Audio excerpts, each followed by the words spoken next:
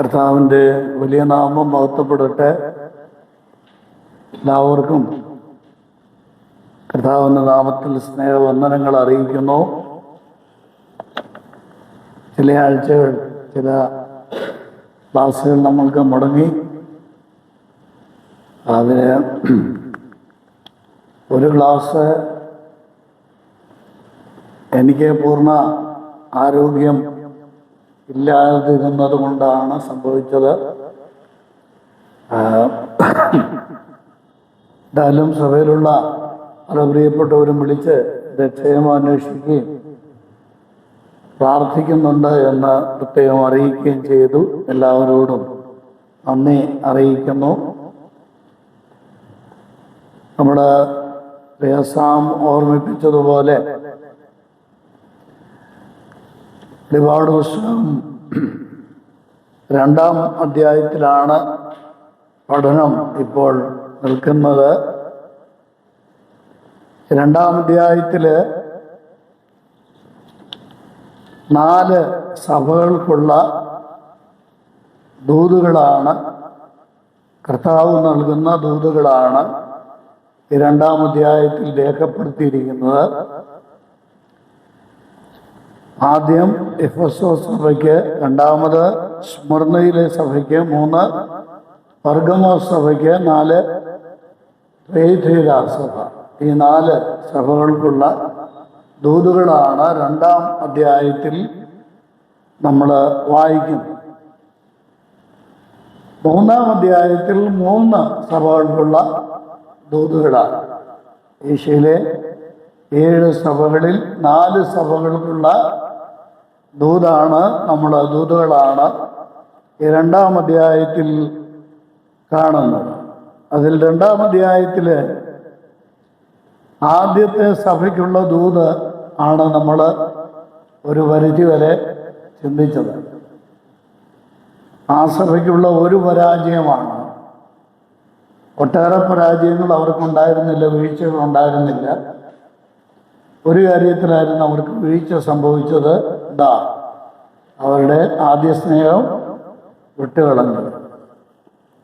അതിലേക്ക് മടങ്ങി വരണമെന്നും, അങ്ങനെ മടങ്ങി വന്നാൽ, മാനസാന്തരപ്പെട്ടവർ മടങ്ങി വന്നാൽ, അതിനവിടെ ഒരു വാക്ക് കൊടുത്തിട്ടുണ്ട് 7-ാം വാക്യത്തിൽ, ജയിക്കുന്നവന്. ആ ജയിക്കുന്നവനെന്നുള്ള വാക്ക് എന്തിനാണ് കൊടുത്തിരിക്കുന്നത്? ഏതുദ്ദേശത്തിലാണ് കൊടുത്തിരിക്കുന്നത്? അവര് വിട്ടുകളഞ്ഞ കാര്യം അവര് ജീവിതത്തിലേക്ക് തിരിച്ചു കൊണ്ടുവരുന്നതാണ് എന്ത്? ജയിക്കുക എന്ന് പറയുന്നത്. അവിടെ ഒട്ടേറെ കാര്യങ്ങളുണ്ട്. ഞാൻ വളരെ സൂക്ഷ്മമായിട്ട് ഈ ഭാഗങ്ങളൊക്കെ പഠിക്കാൻ ശ്രമിച്ചപ്പോൾ ഒട്ടേറെ കാര്യങ്ങളുണ്ട്. ആ 7-ാം വാക്യത്തിൽ ഈ കാര്യത്തിൽ ജയിക്കുന്നവർക്ക് നൽകുന്ന പ്രതിഫലങ്ങളെക്കുറിച്ചാണ് പറയുന്നത്. അതിലാദ്യം കാണുന്നത്, ആത്മാവ് സഭകളോട് പറയുന്നത്, എല്ലാവരും ക്ലാസ്സിൽ എത്തിയോ? ഞാൻ നോക്കിയിട്ടൊന്ന് പറഞ്ഞേ. ആത്മാവ് സഭകളോട് പറയുന്നത് ചെവി ഉള്ളവർ കേൾക്കട്ടെ എന്നാണ്. അതാണ് ഞാൻ പറഞ്ഞു, ഓരോ വാക്കും ശ്രദ്ധിക്കണം. എന്തായാലും പൊതുവായി സഭയ്ക്ക് സംഭവിച്ചിരിക്കുന്ന വീഴ്ച ആദ്യ സ്നേഹം വിട്ടുകളഞ്ഞു എന്നുള്ളതാണ്. എന്നാൽ ഒരു വ്യക്തി ജയിച്ചാൽ, മടങ്ങി വന്നാൽ, മാനസാന്തരപ്പെട്ടാൽ, എല്ലാവരെയും കുറിച്ച് പ്രതീക്ഷയില്ല. അത് ഒരു സഭയിലും നടക്കുന്ന കാര്യമേ അല്ല. എല്ലാവരെയും കുറിച്ച് പ്രതീക്ഷിക്കുന്നില്ല. ഒരാൾ ഈ കാര്യത്തിൽ ജയിച്ചാൽ ആ ജയിക്കുന്നവന് നൽകുന്ന പ്രതിഫലമാണ് അടുത്ത് പറയുന്നത്. അവിടെ ഏകവചനത്തിലാണ് ജയിക്കുന്നവനെന്നും ചെവിയുള്ളവൻ എന്നും പറഞ്ഞിരിക്കുന്നത്. ഇനി അവർക്കുള്ള പ്രതിഫലം, അതാണ് ഞാൻ പറയാൻ വിട്ടുപോയ ആ കാര്യം.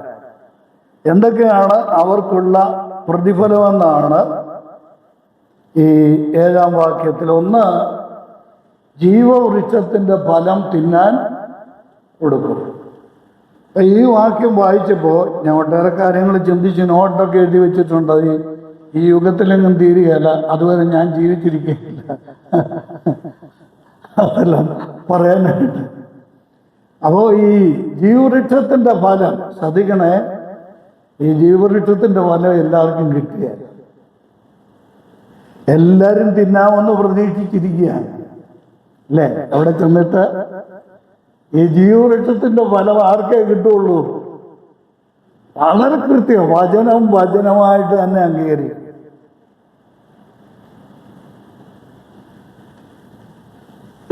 ഈ വൃക്ഷത്തിന്റെ ഫലത്തിനൊരു പ്രത്യേകതയുണ്ട് അല്ലേ? ഉൽപ്പത്തി പുസ്തകം 3-ാം അധ്യായത്തിൽ ഈ ജീവവൃക്ഷത്തിന്റെ ഫലം എന്ത് ചെയ്തു? ദൈവം പറഞ്ഞു, നീ ഇത് തിന്നാൻ പാടില്ല, തിന്നു കഴിഞ്ഞാൽ എന്നേക്കും ജീവിക്കാൻ സാധ്യതയുണ്ട്. അതുകൊണ്ട് ആ വൃക്ഷത്തിന്റെ ഫലം തിന്നാൻ ആദമിനും ഹവ്വയ്ക്കും കൊടുക്കാതെ അവരെ എന്ത് ചെയ്തു? പുറത്താക്കി. ഇനി ഈ ജീവന്റെ വൃക്ഷത്തിന്റെ ഫലത്തിന്റെ പ്രാധാന്യം എല്ലാവരും എന്നെ ശ്രദ്ധിച്ചിരിക്കണേ. അതിന്റെ പ്രാധാന്യം മനസ്സിലാക്കണമെങ്കിൽ ആ ജീവവൃക്ഷത്തിങ്കിലേക്കുള്ള വഴി കാക്കാൻ എന്ത് ചെയ്തു?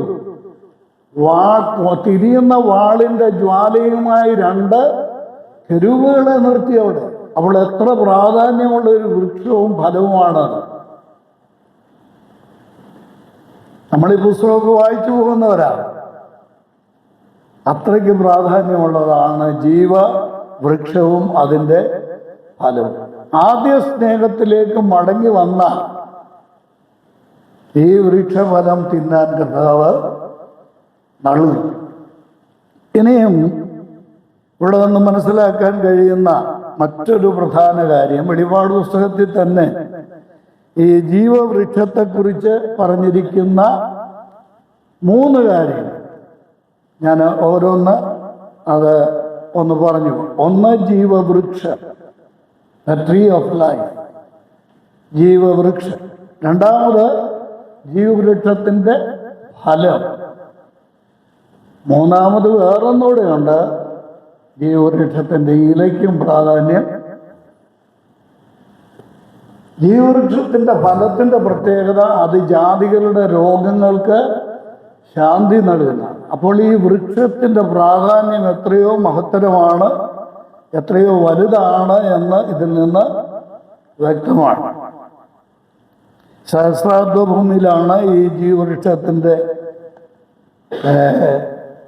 ഇല ജാതികളുടെ രോഗപീഠയ്ക്ക് ആശ്വാസമാണ്. വേറൊരു കാര്യം കൂടെ ഇവിടെ ഈ ജീവവൃക്ഷത്തോടുള്ള ബന്ധത്തിൽ വെളിപാട് പുസ്തകം 21-ാം അധ്യായത്തിൽ വായിക്കുമ്പോൾ കേൾക്കുന്നുണ്ടല്ലോ അല്ലേ? ഓരോ മാസവും ഓരോ തരം ഫലമുണ്ടായി. 12 മാസം 12 മാസം ഏതാ 12 തരം ഫലമുണ്ടായി. അപ്പോ ജീവവൃക്ഷത്തിൻ്റെ സവിശേഷത, പ്രത്യേകത വളരെ വ്യത്യസ്തമാണ്. അപ്പം അതവിടെ നിർത്താം. ഒന്നാമത് കിട്ടുന്നത് ജീവവൃക്ഷത്തിൻ്റെ ഫലം നമ്മൾക്ക് ഭക്ഷിക്കുവാൻ ലഭിക്കും. ബാക്കിയുള്ളവർക്കൊക്കെ കാണാനേ പറ്റുള്ളൂ, ജയിക്കുന്നവർക്കത് തിന്നാൻ സാധിക്കും. രണ്ടാമത് ജീവപരദീസയിൽ അഥവാ ജീവവൃക്ഷത്തിൻ്റെ ഫലം തിന്നാൻ കഴിയും. 2 പരദീസയിൽ അവകാശം ലഭിക്കും എന്നുള്ളത്. അത് ആ ഭാഗത്ത് നമ്മൾ കാണുന്നത്, ഞാൻ ജീവവൃക്ഷത്തിൻ്റെ ജയിക്കുന്നവന് ഞാൻ ദൈവത്തിൻ്റെ പരദീസ, ദൈവത്തിൻ്റെ പരദീസ. ഈ പരദീസ എന്ന് പറഞ്ഞാൽ അറിയാമോ? എസെക്കിയേൽ സാർ എഴുതിയിട്ടുണ്ട് ഒരു പുസ്തകം, 7 സ്വർഗങ്ങളെന്നും പറഞ്ഞൊരു പുസ്തകം എഴുതിയിട്ടുണ്ട്. അപ്പൊ എത്ര സ്വർഗമുണ്ട്? ഈ പരദീസ ഏതാ? പരദീസ എവിടെയാണ്? പരദീസയെക്കുറിച്ച് 3 പ്രതിപാദ്യങ്ങൾ നമ്മൾക്ക് വളരെ സുപരിചിതമായിട്ടുണ്ട്. ഒന്ന് ലാസറിനോട് ബന്ധപ്പെട്ട, അല്ലേ? ലാസർ മരിച്ചു, അവനെങ്ങോട്ടാ പോയത്? അബ്രഹാമിൻ്റെ മടിയിലേക്ക്. അതാണ് പരദീസ എന്ന് പറയുന്നത്, പഴയ നിയമത്തിലെ പരദീസ.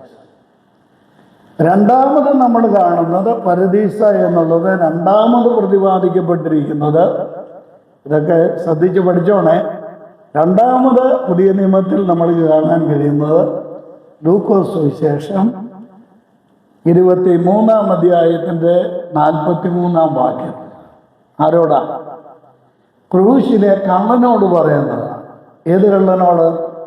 അനുദപിച്ച കള്ളനോട്. അത് നമ്മൾ ഈ പരസ്യത്തിനൊക്കെ പറയുമ്പോൾ ക്രൂശിലെ കള്ളൻ എന്ന് പറഞ്ഞു പോകരുത്. പരദീസയുടെ കാര്യം പറയുമ്പോൾ ഒരു പദം കൂടെ ചേർത്ത് വേണം പറയാൻ. ഏതാ? അനുദപിച്ച കള്ളനോട്. മറ്റേ കള്ളനോട് പറഞ്ഞിട്ടില്ല.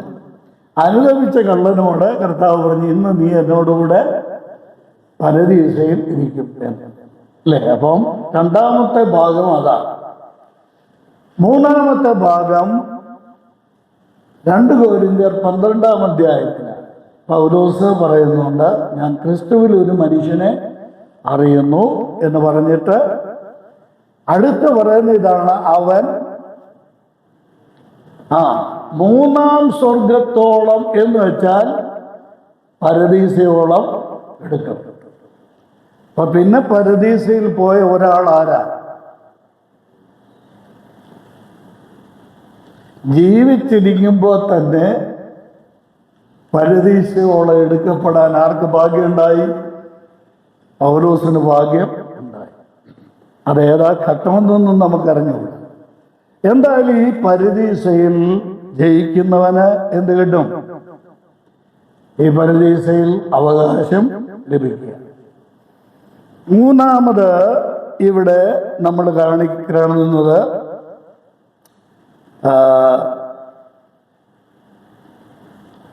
അവകാശം ലഭിക്കും എന്ന് മാത്രമല്ല, കർത്താവിനോടുകൂടെ ആയിരിക്കാനുള്ള അനുഭവം ലഭിക്കുകയും ചെയ്യും. പ്രധാനമായിട്ടും ഈ ജീവവൃക്ഷത്തിൻ്റെ ഫലം തിന്നാൻ കൊടുക്കും. ഒന്ന്, ഞാൻ അതിനോട് ചേർത്ത് മറ്റൊരു കാര്യം കൂടെ, ഈ പ്രതിഫലം നഷ്ടപ്പെടുന്ന കാര്യമാണ്. മൂന്നാമത്തേത് പ്രതിഫലം നഷ്ടപ്പെടുന്ന കാര്യം. ജീവവൃക്ഷത്തോട് ബന്ധപ്പെട്ട് സംഭവിക്കുന്ന ഒരു നഷ്ടമുണ്ട്. അത് ഞാൻ ആ വചനം പറയാൻ നമ്മൾ വായിച്ചതാണ് ഒരു സന്ദർഭത്തിൽ. 22-ാം അധ്യായത്തിൻ്റെ 19-ാം വാക്യം. അത് ഞാൻ നമ്പർ ഇട്ടതിൻ്റെ ഇതിൽ വന്നതാണ്.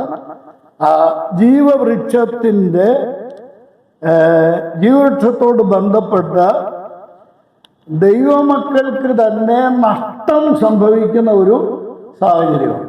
നോക്കിയേ, എന്താ? വെളിപാട് 22-ന്റെ 19-ാം വാക്യം. 22-ന്റെ 19. ഈ പ്രവചന പുസ്തകത്തിലെ വചനത്തിൽ നിന്ന് ആരെങ്കിലും വല്ലതും നീക്കിക്കളഞ്ഞാൽ ഈ പുസ്തകത്തിൽ എഴുതിയിരിക്കുന്ന ജീവവൃക്ഷത്തിലും വിശുദ്ധ നഗരത്തിലും അവനുള്ള അംശം നീക്കിക്കളയും. അപ്പോൾ ജീവവൃക്ഷത്തിൽ ഉള്ള അംശം നഷ്ടപ്പെടുന്ന കാര്യമാണ് അവിടെ പറഞ്ഞിരിക്കുന്നത്. എന്നാൽ നമ്മൾ ധരിച്ചു വെച്ചിരിക്കുന്ന ഒരു പിശകായ ധാരണ ഒന്ന് തിരുത്തുന്നത് നന്നായിരിക്കും. സ്വർഗത്തിൽ ചെല്ലുന്നവർക്കെല്ലാം ജീവവൃക്ഷത്തിൻ്റെ ഫലം കിട്ടും എന്ന്, നിത്യതയിൽ എല്ലാവർക്കും ജീവവൃക്ഷത്തിൻ്റെ ഫലം കിട്ടുമെന്നുള്ള ധാരണ ആർക്കെങ്കിലും ഉണ്ടെങ്കിൽ അത് തെറ്റാണ്. ആർക്ക് മാത്രമേ ഉള്ളൂ? ഈ 2-ാം അധ്യായത്തിൽ പറഞ്ഞിരിക്കുന്ന പാപത്തെ അതിജീവിക്കുന്നവർക്ക് മാത്രമേ ഉള്ളൂ. ഇവിടെ ജയിക്കുക എന്നുള്ള വാക്കിനെ കുറിച്ച് ഒരു സൂചന ഞാൻ പറഞ്ഞു. ഇംഗ്ലീഷിൽ ഉപയോഗിച്ചിരിക്കുന്ന വാക്ക് ഓവർകമേഴ്സ് ആണ്. അതിജീവിക്കുക എന്നുള്ളത് ആ ഒരു പാപത്തെ കീഴ്പ്പെടുത്തുക, അതിജീവിക്കുന്നവർക്ക് ലഭിക്കുന്നതാണ് ഈ പ്രതിഫലം. ഇനിയും നമ്മൾ ചിന്തിക്കാൻ പോകുന്നത് രണ്ടാമത് നമ്മൾ ചിന്തിക്കാൻ പോകുന്ന, എനിക്ക് 2-3 സഭകളെ കുറിച്ച് ഇന്ന് അങ്ങ് പറഞ്ഞ് അവസാനിപ്പിക്കണമെന്ന് ആഗ്രഹമുണ്ട്, നടക്കുമെന്ന് തോന്നുന്നില്ല. അടുത്ത സഭ ഏതാണ്? സ്മിർന സഭയാണ്. 8 മുതൽ 11 വരെയുള്ള വാക്യങ്ങളാണ്. കേവലം 4 വചനങ്ങൾ മാത്രമേ ഈ സഭയ്ക്കുള്ള ദൂതായിട്ട് ഇവിടെ കാണുന്നുള്ളൂ.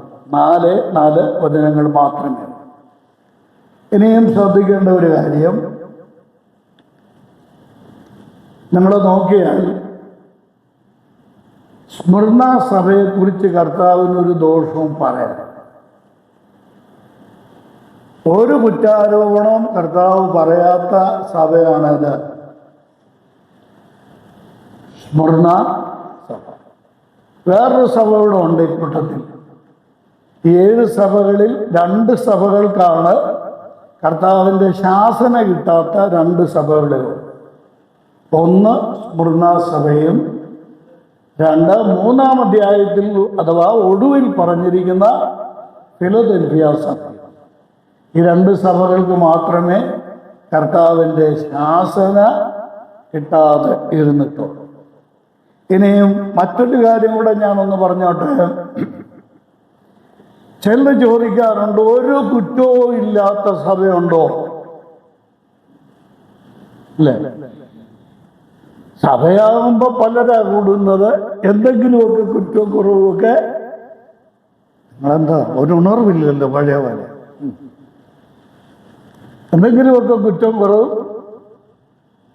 കുറ്റവും കുറവില്ലാതെ സഭകൾക്ക് നിലനിൽക്കാൻ പറ്റുമോ? വൈകി ഇവിടെ 2 സഭകളെ സംബന്ധിച്ച് കർത്താവിന് പോലും ഒരു ദോഷം പറയാൻ സാധിക്കുന്നില്ല. എൻ്റെ കർത്താവേ, 21-ാം നൂറ്റാണ്ടിൽ ഇങ്ങനെ വല്ല സഭയുണ്ടോ എന്നുള്ളതാണ് എൻ്റെ ഒരു എന്താ ഇതിന് പറയേണ്ടത്? ആത്മഗതമെന്ന് പറയാം, അല്ലേ? തന്നെത്താൻ ചോദിച്ചു പോകുന്ന ചോദ്യമാണ്.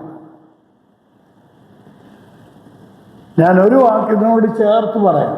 നമ്മൾ ശ്രമിച്ചാൽ അത് ഒരാളോ മൂപ്പന്മാരോ സുവിശേഷകന്മാരോ ശുശ്രൂഷകന്മാരോ ചില വിശ്വാസികളോ ശ്രമിച്ചാൽ പോരാ. പിന്നെ എല്ലാ വിശ്വാസികളും പൗലോസിൻ്റെ ഭാഷയിൽ പറഞ്ഞാൽ, യൂദയുടെ ലേഖനത്തിൽ എഴുതിയിരിക്കുന്ന യൂദയുടെ വാക്കിൽ പറഞ്ഞാൽ, സർവപ്രയത്നവും കഴിച്ചാൽ. ഞാൻ ഇതിനോട് ചേർത്ത് ഒരു വചനം പറയാം.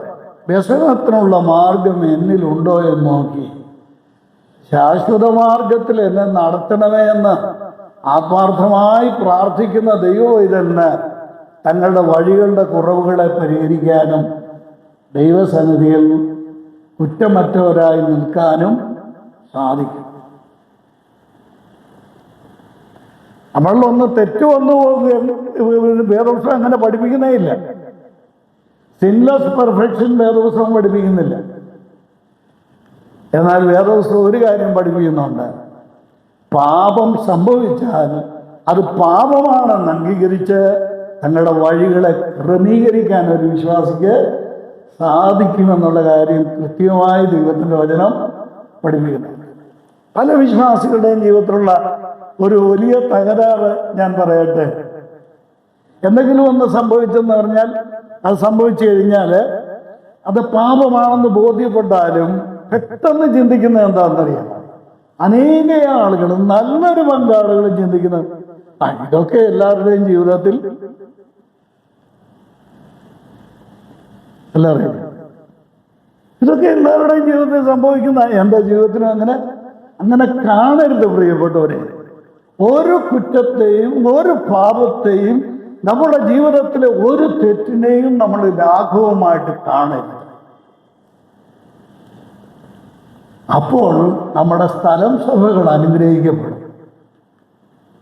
ആ സഭകളെ നോക്കുമ്പോഴാണ് കർത്താവിനൊരു സംതൃപ്തി ഉണ്ടാകുന്നത്. തൻ്റെ പ്രാണൻ ക്രൂശിൽ കൊടുത്തതും തൻ്റെ രക്തം ചൊരിഞ്ഞതും അത് സഫലമായി എന്നോർത്ത് കർത്താവ് തൃപ്തി അടയുന്നത് ഇങ്ങനെയുള്ള സന്ദർഭങ്ങളിലാണ്. കർത്താവ് നമ്മളെ സഹായിക്കട്ടെ.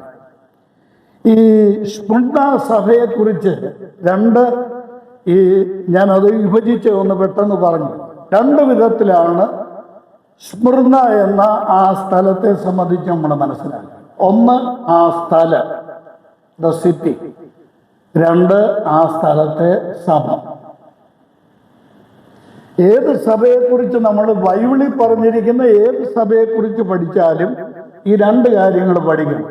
ഏത് പട്ടണത്തിലായിരുന്നു, അല്ലെങ്കിൽ ഏത് സ്ഥലത്തായിരുന്നു. 2, ആ സ്ഥലം, സഭ എങ്ങനെയുള്ളത് ആയിരുന്നു. ആദ്യം നമുക്ക് ഈ സ്മുർണ എന്ന് പറഞ്ഞ സ്ഥലത്തെ സംബന്ധിച്ചൊന്ന് ചിന്തിക്കാൻ ശ്രമിക്കാം. ഞാൻ വളരെ വേഗം ഞാൻ പഠിച്ച കാര്യങ്ങൾ ചുരുക്കമായിട്ടൊന്ന് പറഞ്ഞു. ഒന്ന്, സ്മുർണ എന്ന സ്ഥലത്തിന് പേര് വരാൻ കാരണമായിട്ട് പണ്ഡിതന്മാർ പറയുന്നത് മൂര് എന്ന് പറയുന്ന ഒരു സുഗന്ധദ്രവ്യത്തിൻ്റെ ഒരു സ്ഥലമായിരുന്നു അത്. സുഗന്ധദ്രവ്യം, ആ വാക്കിൽ നിന്നാണ് സ്മുർണ എന്നുള്ള പദം തന്നെ ഉണ്ടായിരിക്കുന്നത്. ഈ പട്ടണത്തോട് ചേർത്ത് തന്നെ, അഥവാ ഈ പദത്തോട് ചേർത്ത് തന്നെ, ഏത് മൂര് എന്നുള്ള പദത്തോട് ചേർത്ത് തന്നെ വെക്കാവുന്ന ഒരു വ്യക്തിയാണ് നമ്മുടെ കർത്താവായ യേശുക്രിസ്തു. യേശുക്രിസ്തുവിനെ കുറിച്ച് നമ്മൾ 45-ാം സങ്കീർത്തനത്തിൽ വായിക്കുന്നത് കർത്താവിനെ കുറിച്ച് തന്നെയാണ്. 45-ാം സങ്കീർത്തനം കല്യാണത്തിനെല്ലാം വായിക്കുന്നതാണ് അല്ലേ? ബീവിൻ്റെ കല്യാണത്തിനും ഒക്കെ വായിച്ചതാണ്, എല്ലാവരുടെ കല്യാണത്തിനും വായിക്കുന്ന. നമ്മൾ വായിച്ചു വിടും, പക്ഷെ ശ്രദ്ധിക്കാറുണ്ട്. അവിടെ ഒരു മനുഷ്യപുത്രനെ കുറിച്ച് പറയുന്നുണ്ട്. നീ മനുഷ്യപുത്രന്മാരിൽ അതിസുന്ദരൻ. അത് നമ്മുടെ കർത്താവിനെ കുറിച്ചാണ് പറയുന്നത്. അവിടെ നമ്മൾ വായിക്കുന്നത്, നിന്റെ വസ്ത്രമെല്ലാം എന്തുകൊണ്ട്? മൂറും ചന്ദനവും ലവംഗവും കൊണ്ട് സുഗന്ധമായിരിക്കും. യേശു കർത്താവിൻ്റെ മഹത്വത്തെക്കുറിച്ച് പറയുന്നതാണ്. കർത്താവായ യേശു ക്രിസ്തു ഈ ലോകത്തിൻ്റെ മുമ്പിൽ ഒരു സൗരഭ്യവാസനയാണ്. രണ്ടാമത്, കർത്താവായ യേശു ക്രിസ്തു മൂരുമായിട്ട് വേറൊരു ബന്ധമുള്ളത്, കർത്താവിനെ കാണാൻ വന്ന വിദ്വാൻമാര് അർപ്പിച്ചതിൽ എന്തുകൂടെ ഉണ്ടായിരുന്നു? മൂരൂട്. അത് കർത്താവിൻ്റെ ത്യാഗമരണത്തെ വെളിപ്പെടുത്തുന്ന. മൂരിൻ്റെ സൗരഭ്യം പുറത്തു വരുന്നത് അത് തീയിലിടുമ്പോഴാണ് അതിൻ്റെ സൗരഭ്യം പുറത്തു വരുന്നത്. അത് കർത്താവിൻ്റെ കഷ്ടാനുഭവത്തെയും മരണത്തെയും കാണിക്കുന്നു. മൂന്നാമത്, കർത്താവായ യേശുവിനോട് ബന്ധപ്പെട്ട് ഉത്തമഗീതം 3-ാം അധ്യായത്തിൻ്റെ 6-ാം വാക്യത്തിൽ ഈ മൂരിനോട് ചേർത്ത് നമ്മുടെ കർത്താവിനെ കുറിച്ച്, അതെല്ലാം പറയാൻ പോയാൽ ഒത്തിരി വിശദീകരണമായി. മറ്റൊരു പ്രധാന കാര്യം, ഈ മൂര് എന്നുള്ളത് ആ സുഗന്ധദ്രവ്യം, അതിനോട് ചേർത്ത് പറയാൻ പറ്റുന്ന മറ്റൊരു കാര്യം, അഹറോന്റെ തലയിൽ അഭിഷേക തൈലവും പുരോഹിതന്മാരുടെ അഭിഷേക തൈലവും ഉണ്ടാക്കുമ്പോൾ ഉപയോഗിച്ചിരുന്ന ഒരു സുഗന്ധദ്രവ്യമാണ് ഏത്? ഈ മൂര് എന്ന് പറയുന്നത്. അത് പുറപ്പാട് പുസ്തകം 30-ാം അധ്യായത്തിൻ്റെ 23-ാം വാക്യത്തിൽ, പുറപ്പാട് 30-ന്റെ 23. അത് കർത്താവിൻ്റെ പൗരോഹിത്യത്തോട് ബന്ധപ്പെട്ടതാണ്. യേശുക്രിസ്തു മഹാപുരോഹിതനാണ്. ഇതെല്ലാം ചേർത്ത് പഠിച്ചാൽ നല്ലൊരു പഠനമാണ്. അത് നിങ്ങളുടെ പഠനത്തിന് ഞാൻ വിടുകയാണ്. ഇനിയും ഈ സ്മുർണ പട്ടണത്തെക്കുറിച്ച് ഞാൻ വളരെ വേഗം അതിൻ്റെ ഒരു ചരിത്രം ഒരു 2-3 മിനിറ്റ് കൊണ്ട് പറയാം. BC 3000-ലാണ് ഈ പട്ടണം സ്ഥാപിതമാണ്. BC 3000-ലാണ്. അത് കഴിഞ്ഞിട്ട് ഗ്രീക്കുകാരുടെ അധിനിവേശം ഈ സ്ഥലത്തുണ്ടാകുന്ന BC 1000-ലാണ്. BC 1000-ൽ സ്മുർണയിൽ ഗ്രീക്കുകാരുടെ, യവനന്മാരുടെ അധിനിവേശം ഉണ്ടാകും. ഏതാണ്ട് BC 290-ൽ അലക്സാണ്ടർ ഈ നഗരം പുനർസൃഷ്ടിച്ചു, അഥവാ പുനരുദ്ധരിച്ചു. ഈ കാലഘട്ടത്തിന് ശേഷമാണ് നമ്മൾ വായിക്കുന്ന ആ കാലഘട്ടം എന്ന് പറയുന്നത്. അലക്സാണ്ടറുടെ കാലഘട്ടം കഴിഞ്ഞാണ് ഏതാധിപത്യം ഉണ്ടാകുന്നത്? റോമൻ ആധിപത്യം ഉണ്ടാകും. അപ്പോൾ ഈ സംഭവം നടക്കുമ്പോൾ ഈ വെളിപാട് പുസ്തകം ഒക്കെ എഴുതുന്ന സമയത്ത് റോമാക്കാരുടെ കയ്യിലായിരുന്നു ഈ സ്മുർണ നഗരം, റോമാക്കാരുടെ കയ്യിൽ. ഇനിയും ഈ നഗരത്തെക്കുറിച്ച് ഞാൻ 2-3 കാര്യങ്ങൾ പെട്ടെന്ന് പറയാം. ഒന്ന്,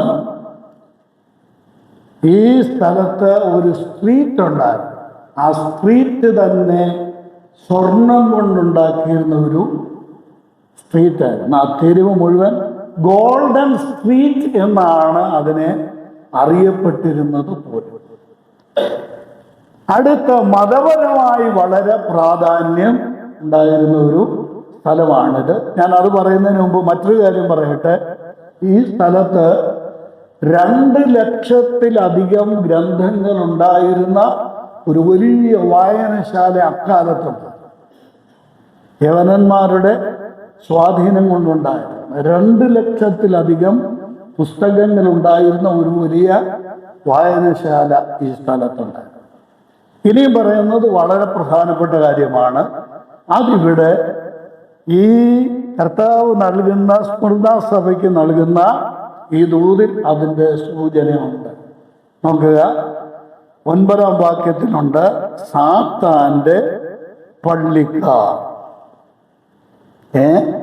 സാത്താൻ്റെ പള്ളിക്കാർ.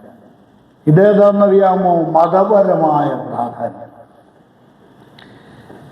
ഈ സ്മുർണയിൽ പ്രസിദ്ധമായ ജാതീയ റോമൻ ക്ഷേത്രങ്ങൾ ഉണ്ടായിരുന്ന ഒരു സ്ഥലമാണ്. അതിൽ അറിയപ്പെടുന്ന ചില ക്ഷേത്രങ്ങൾ ഉണ്ടായിരുന്നു. സൂയസിൻ്റെ ഒരു വലിയ ക്ഷേത്രം ഈ സ്ഥലത്ത് ഉണ്ടായിരുന്നു. മറ്റുള്ളവർക്ക് പേര് തന്നെ പറയാൻ ബുദ്ധിമുട്ടാണ്. നാക്കിന് നല്ല വളയ്ക്കാനുള്ള കഴിവുണ്ടെങ്കിൽ അതൊക്കെ ഉച്ചരിക്കാൻ പറ്റുള്ളൂ. അതുപോലെയുള്ള വലിയ ക്ഷേത്രങ്ങൾ ഉണ്ടായിരുന്ന ഒരു സ്ഥലമാണ്. ഞാൻ എന്തിനാ ഇത് പറഞ്ഞെന്നറിയാമോ? ഇനി ഒരു കാര്യം കൂടെ അത് പറഞ്ഞിട്ട് പറയാം. ഈ ലോകപ്രസിദ്ധനായ ഹോമർ എന്ന് പറഞ്ഞ കവി, ഇവിടെ വായനാശീലമുള്ളവർക്കറിയാം, ലോകപ്രസിദ്ധനായ ഹോമർ എന്ന് പറഞ്ഞ കവിയുടെ ജന്മസ്ഥലം ഈ സ്മുർണ എന്ന് പറയുന്ന സ്ഥലമാണ്. ഇത്രയ്ക്ക് പ്രാധാന്യമുണ്ടായിരുന്നു ഈ സ്ഥലത്തിന്. ഇനിയും ഞാൻ എന്തിനാ ഇത്രയും കാര്യങ്ങൾ പറഞ്ഞത്? ഈ ഒരു ഏകദേശ ധാരണ ഈ സ്ഥലത്തെക്കുറിച്ച് ഉണ്ടാകാൻ വേണ്ടി. എന്നാൽ ഇനി നമ്മൾ ഈ സഭയെക്കുറിച്ച് ചിന്തിക്കാനാണ്. സ്മുർണ സഭയെക്കുറിച്ച്. സ്മുർണ സഭ ഉണ്ടാകുന്നത് എങ്ങനെയാണെന്നറിയാമോ? അതാണ് നമ്മളിപ്പോൾ പറഞ്ഞ വിജാതീയ ക്ഷേത്രങ്ങൾ ഉണ്ടായിരുന്ന സ്ഥലത്ത് സുവിശേഷം കടന്നു ചെന്ന് ആ വിജാതീയ അന്തരീക്ഷത്തിൽ നിന്ന് രക്ഷിക്കപ്പെട്ടവരാണ് സ്മുർണ സഭയിൽ ഉണ്ടായിരുന്ന ദൈവമക്കൾ. ഇനിയും ഈ സ്മുർണ സഭയുടെ ഒരു പേര്, അതിൻ്റെ ടൈറ്റിൽ സ്മുർണ സഭയ്ക്കുള്ള ദൂത് എന്ന് എഴുതി കഴിഞ്ഞാൽ അതിന് തൊട്ട് താഴെ എഴുതേണ്ട ഒരു വാചകം കൂടെ, ദ പെർസിക്യൂട്ടഡ് ചർച്ച്. കർത്താവിന് വേണ്ടി ഒരുപാട് കഷ്ടത എന്നുള്ള വാക്കല്ല, അതിന് ശരിയായിട്ടുള്ള വാക്ക് ഉപദ്രവങ്ങൾ സഹിച്ച ഒരു സഭയാണ്. ഞാൻ ഇതൊക്കെ ചിന്തിച്ചപ്പോൾ ഇന്നിത് പറയുന്നതിന് വലിയ പ്രസക്തി ഉണ്ടോ എന്ന് എനിക്ക് അറിഞ്ഞുകൂടാ. എങ്കിലും നമ്മൾ ചിന്തിച്ചു പോകണോ. ഈ സ്ഥലം സഭ ഞാൻ പറഞ്ഞല്ലോ കർത്താവിനോട് ചേർന്ന് നിന്ന ഒരു സഭയാണ്. ഈ സഭ കർത്താവിനോട് എത്രമാത്രം ചേർന്ന് നിന്നോ അത്രമാത്രം അവർക്ക് ഉപദ്രവങ്ങൾ നേരിടേണ്ടതായി വന്നു. ഈ ലേഖനം, ഈ കർത്താവ് ഇവർക്ക് നൽകിയ ലേഖനം, എസെക്കിയേൽ സാർ അങ്ങനെ തന്നെയാണ് പറഞ്ഞിരിക്കുന്നത്, സ്മർണ സഭയ്ക്ക് കർത്താവ് നൽകുന്ന ലേഖനം എന്നാണ് അദ്ദേഹം എഴുതിയിരിക്കുന്നത്. അപ്പോൾ ഈ സഭയ്ക്ക് നൽകിയിരിക്കുന്ന ഈ ലേഖനത്തെക്കുറിച്ച് നമ്മൾ പഠിക്കുമ്പോൾ പ്രധാനമായിട്ടും ഒരു 5 ഭാഗമായിട്ട് വിഭജിച്ച് നമ്മൾക്ക് ഇത് പഠിക്കാൻ. ഞാൻ ഈ പഠന സൗകര്യത്തിനായി ഇങ്ങനെ അനലൈസ് ചെയ്ത് തരുമ്പോൾ, ഒന്ന് ഡിവൈഡ് ചെയ്ത് തരുമ്പോൾ വീട്ടിൽ ചെന്നിരുന്ന് നിന്ന് തനിയെ പഠിക്കാനുള്ള ഒരു എളുപ്പവഴിയായി. അതിലൊന്ന് നമ്മളിപ്പോൾ ചിന്തിച്ച കാര്യമാണ്. ഒന്ന് ദ ചർച്ച്, സ്മർണയിലെ സഭ, പട്ടണവും അതിനോട് ചേർത്ത് പഠിക്കുക. രണ്ടാമത് ഈ സഭയ്ക്ക് ദൂത് നൽകുന്നത് ആരാണ്? അത് നമ്മൾ വേഗം ഒന്ന് ഞാൻ പറഞ്ഞിട്ട് അടുത്തുള്ള കാര്യങ്ങളിലേക്ക് പോവാം. ആരാണ് ദൂത് നൽകുന്നത്?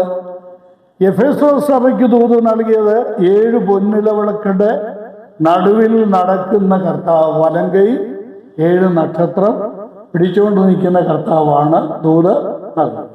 എന്നാൽ ഇവിടെ ദൂത് നൽകുന്ന ആരാണെന്ന് നോക്കിയേ. ആരാണ്? മരിച്ചവനെങ്കിലും വീണ്ടും ജീവിക്കുകയും ആദ്യനും അന്ത്യനുമായവൻ അരുളി ചെയ്യും. ഇത് യേശു കർത്താവിനെ കുറിച്ചുള്ള വിശേഷണമാണ് ഇവിടെ കാണുന്നത്. 1-ാം അധ്യായത്തിന്റെ 18-ാം വാക്യമാണ് ഇവിടെ ഉദ്ധരിക്കുന്നത്. 1-ാം അധ്യായത്തിന്റെ 18-ാം വാക്യത്തിൽ യോഹന്നാൻ യേശുവിനെ കാണുന്നുണ്ട് അല്ലേ? അപ്പോൾ യേശുവിനെ കാണുമ്പോൾ 1:18 വായിക്കാം റജി. 1:18 യേശു കർത്താവിനെ യോഹന്നാൻ കാണുമ്പോൾ എന്താ?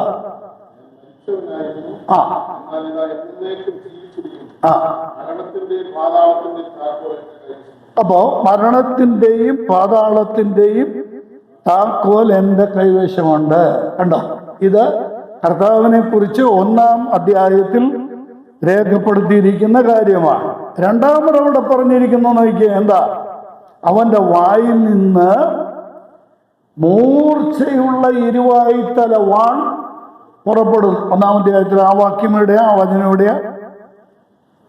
അവന്റെ വായിൽ നിന്ന് 16-ാമത്തെ വാക്യം.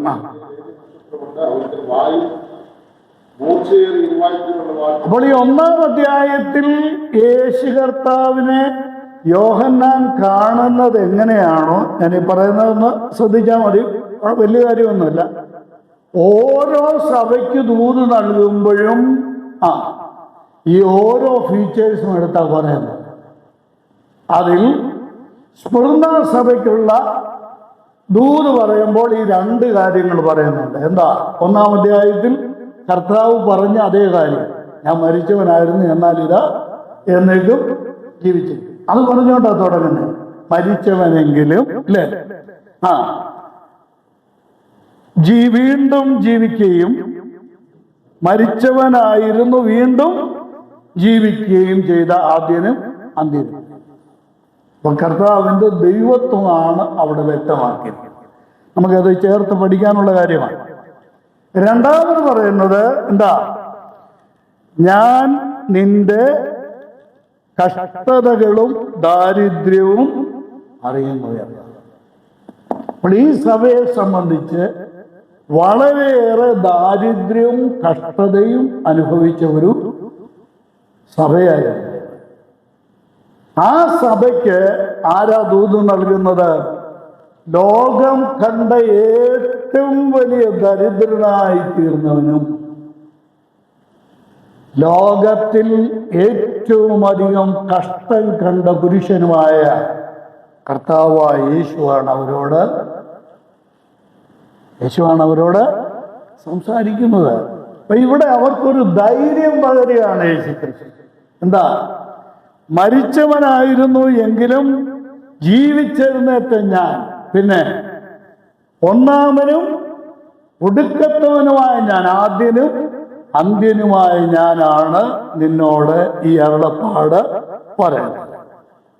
അപ്പോൾ ഈ അരുളപ്പാട് പ്രസ്താവിക്കുന്നത് ആരാണ് എന്ന് നമ്മൾ ഇവിടെ കാണുകയാണ്. ഇതിൽ കർത്താവ് തൻ്റെ ദൈവത്വം വെളിപ്പെടുത്തുന്നുണ്ട്.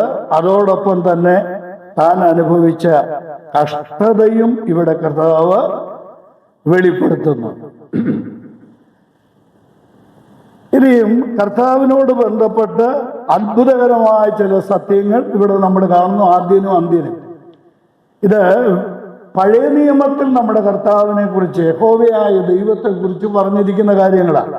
ആ വാക്യങ്ങളെല്ലാം എടുത്ത് ചിന്തിക്കുക. 44 യെശയ്യാ പ്രവചനം 44-ാം അധ്യായത്തിന്റെ 6-ാം വാക്യം, 48-ാം അധ്യായത്തിന്റെ 12-ാം വാക്യം. ഈ ഭാഗങ്ങളിലെല്ലാം ദൈവം തന്നെ യെശയ്യാവിനോട് അരുളി ചെയ്യുന്ന ഒരു കാര്യമാണ്, ഞാൻ ആദ്യനും അന്ത്യനുമാണ്. ഇവിടെ നമുക്കൊരു വലിയ സത്യം പഠിക്കാൻ കഴിയുകയാണ്. യേശുക്രിസ്തു പിതാവായ ദൈവത്തിനു തുല്യനായ സത്യ ദൈവമാണ് എന്ന കാര്യം ഇവിടെ വ്യക്തമാകുകയാണ്. ഒന്ന്, അരുളി ചെയ്യുന്ന കർത്താവ് ആദ്യം നമ്മൾ കാണുന്നു. 2, ആ സഭയെക്കുറിച്ചുള്ള കർത്താവിൻ്റെ പ്രതിപാദ്യമാണ് തുടർന്ന് കാണുന്നത്. എന്താ കാണുന്നത്? 9-ാം വാക്യം, ഞാൻ നിന്റെ കഷ്ടതയും ദാരിദ്ര്യവും നീ ധനവാനാകുന്നു സത്യം. ഞാനത് പിന്നീടത് വ്യക്തമാക്കാം. തങ്ങളുടെ യഹൂദരെന്ന് പറയുന്നെങ്കിലും യഹൂദരല്ല, സാത്താന്റെ പള്ളിക്കാരായവരുടെ ദൂഷണവും അറിയുന്നു. നീ സഹിക്കുവാനുള്ളത് പേടിക്കേണ്ട, നിങ്ങളെ പരീക്ഷിക്കേണ്ടതിന് പിശാച് നിങ്ങളിൽ ചിലരെ തടവിലാക്കാൻ പോകുന്നു. ആദ്യം ഒന്ന് വായിച്ചു വിട്ടാൽ എളുപ്പമാണല്ലോ. 10 ദിവസം നിങ്ങൾക്ക് ഉപദ്രവം ഉണ്ടാകും, എന്നാൽ മരണപര്യന്തം വിശ്വസ്തൻ ആയിരിക്കുക, എന്നാൽ ജീവകിരീടം നിനക്ക് തരും. ആത്മാവ് സഭകളോട് പറയുന്നത് എന്തെന്ന് ചെവിയുള്ളവൻ കേൾക്കട്ടെ. ജയിക്കുന്നവന് ഞാൻ എന്താ കൊടുക്കുന്നത്? 2ാം മരണത്താൽ അവന് ദോഷം വരികയില്ല. ഇത്തിരി വിവാദപരമായ കാര്യമാണ് ഒടുവിൽ വരുന്നത്. 1, അരുളി ചെയ്യുന്ന കർത്താവ്. 2, സ്മൃണ സഭ. ആ സഭയെക്കുറിച്ച് കർത്താവ് പറയുന്ന കമൻ്റാണ് 2ാമത്. പ്രശംസ വചനങ്ങളാണ് തുടർന്ന് കാണുന്നത്.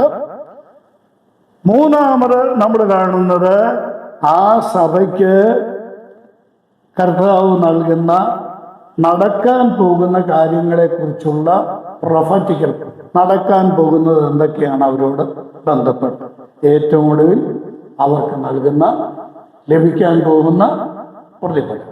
ഇത്രയും കാര്യങ്ങളാണ് ഇവിടെ പറഞ്ഞിരിക്കുന്നത്. ഇനി നമ്മൾക്ക് ഈ ഭാഗത്ത് നിന്ന് ക്രമമായിട്ടൊന്ന് ഓടിച്ചു നോക്കിപ്പോകാം. ഈ സഭയുടെ ഏറ്റവും വലിയ ഏത് സഭ? സ്മൃണ സഭയുടെ ഏറ്റവും വലിയ പ്രശ്നം, അവർ നേരിട്ട ഏറ്റവും വലിയ പ്രശ്നം, അവർ നേരിട്ട ഉപദ്രവങ്ങളാണ്. ഇവിടെ 2 വിധത്തിൽ അതിനെ നമ്മൾ മനസ്സിലാക്കണം. 1, നമുക്ക് വാക്യം വായിച്ച് നമുക്ക് ഗ്രഹിക്കുക. ആദ്യം പറയുന്നു, ഞാൻ നിന്റെ എന്തറിയുന്നു? കഷ്ടതകളറിയുന്നു. ആ കഷ്ടതയുടെ ഭാഗമായിട്ട്, കഷ്ടത എന്നുള്ളതിന് സമമിട്ടിട്ട് എഴുതാൻ പറ്റുന്ന വാക്ക് അടുത്തത് ഏതാണ്? നിന്റെ കഷ്ടതയും പിന്നെ ദാരിദ്ര്യം. അപ്പോ ദൈവമക്കൾക്കുണ്ടാകുന്ന കഷ്ടതകളുടെ പട്ടികയിൽ ഒന്നാണ് ഏത്? ദാരിദ്ര്യം എന്ന് പറയുന്നത്. അതാർക്കുണ്ടാകാം? ദൈവമക്കൾക്ക് ഉണ്ടാകാവുന്നതാണ്. ഇനിയും നീ ദരിദ്രനാണ് എന്ന് പറഞ്ഞിട്ട് തൊട്ടടുത്ത് പറയുന്നത് എന്നാൽ നീ ദരിദ്രനല്ല, ആരാണ്? സമ്പന്നനാണ്. എനിക്ക് ഒരുപാട് കാര്യങ്ങൾ മനസ്സിലിങ്ങനെ വരികയാണ്. ചിന്തിക്കണേ, ദൈവമക്കൾ അന്നേ കാലത്ത് സംഭവിച്ച ഈ ദാരിദ്ര്യത്തെക്കുറിച്ച് കർത്താവ് അവരെ ബോധ്യപ്പെടുത്തുക. അടുത്ത വാക്യത്തിലാണ് കഷ്ടത വിട്ടിട്ട് അടുത്ത് പറയുന്നത് എന്താണ്? 10-ാം വാക്യത്തിൽ പറയുന്നത് നീ അത് 9-ന്റെ അവസാനം മുതലാണ്. തങ്ങൾ യഹൂദർ എന്ന് പറയുന്നെങ്കിലും യഹൂദരല്ല, സാത്താന്റെ പള്ളിക്കാരുടെ ദോഷം. ഇതെന്താ? ഇത് കഷ്ടതയല്ല, ഇതിന് വേറൊരു പേരുണ്ട്. എന്താ? ഈ 9-ാം വാക്യത്തിന്റെ അവസാനം 10-ാം വാക്യത്തിലും പറയുന്നത് കഷ്ടതയല്ല, പിന്നെ ഉപദ്രവങ്ങളാണ്, പെർസിക്യൂഷൻ. ദൈവമക്കളെ ശ്രദ്ധിക്കണേ, ഇത് രണ്ടും രണ്ടാണ്. ഏത് രണ്ടും? കഷ്ടതകളും പിന്നെ ഉപദ്രവവും രണ്ടും രണ്ടാണ്. വിശ്വാസി ആയതുകൊണ്ട് എന്തുണ്ടാവാം? കഷ്ടത. മറ്റേ ഉപദ്രവമോ വിശ്വാസ നിമിത്തമുണ്ടാകുന്നതാണ് ഉപദ്രവം. ഇത് തമ്മിലുള്ള വ്യത്യാസം കൊടുക്കണം. ഈ സ്മൃണ സഭയ്ക്ക് ഇത് രണ്ടും ഉണ്ടായിരുന്നു. എന്തൊക്കെ? അവർക്ക് കഷ്ടതയും ഉണ്ടായിരുന്നു, പിന്നെ ഉപദ്രവവും ഉണ്ടായിരുന്നു. ഈ കഷ്ടതയിൽ ഒന്നാമത് ഇവിടെ പറഞ്ഞിരിക്കുന്നത് ദാരിദ്ര്യമാണ്. ഞാൻ വായിച്ചപ്പോൾ ഈ ദാരിദ്ര്യത്തെക്കുറിച്ച് എനിക്ക് മനസ്സിലാക്കാൻ കഴിഞ്ഞത്, ശ്രദ്ധിച്ചിരിക്കണേ, ഉറക്കമൊന്നും വരികയല്ല, ശ്രദ്ധിച്ചിരുന്നത്. ഈ ദാരിദ്ര്യത്തെക്കുറിച്ച് മനസ്സിലാക്കാൻ സാധിച്ചത്, ഇത് ഒത്തിരി സമ്പന്നമായ സ്ഥലമായിരുന്നു, ഒരു തുറമുഖ പട്ടണമായിരുന്നു, സമ്പന്നമായ സ്ഥലമാണ്. ഈ വിശ്വാസത്തിലേക്ക് വന്നവര് മിക്കവാറും എഴുത്തുകാരെല്ലാം പറയുന്നത് ധനികരായിരുന്നിരിക്കാം, സാമ്പത്തികമായി ധനികരായിരുന്നിരിക്കാം.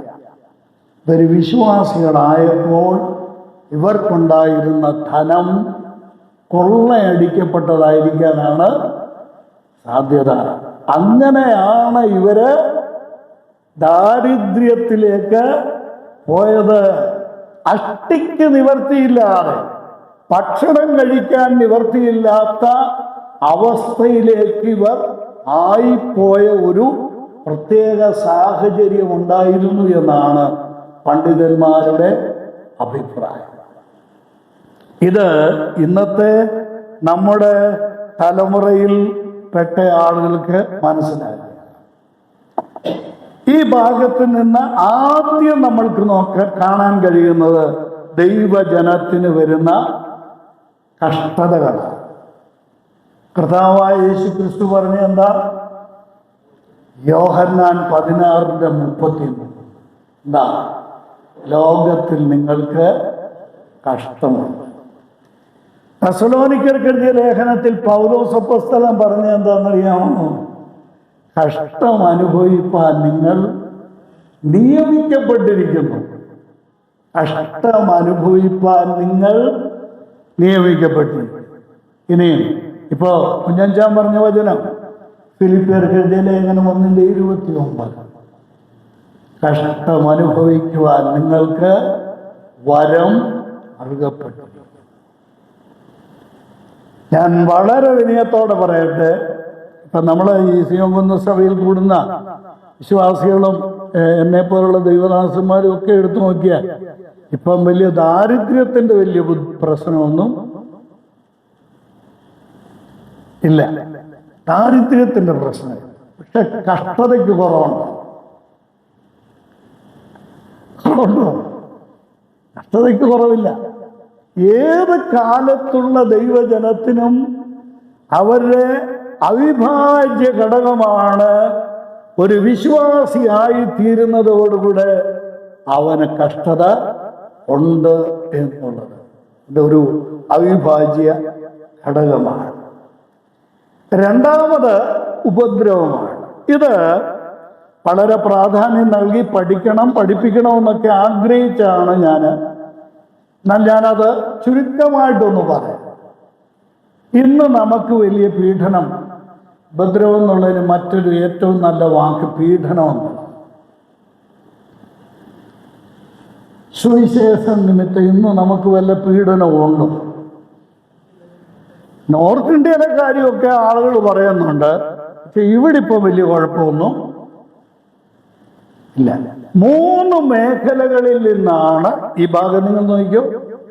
3 മേഖലകളിൽ നിന്നാണ് ദൈവജനത്തിന് പെർസിക്യൂഷൻ, ഉപദ്രവം ഉണ്ടാകും.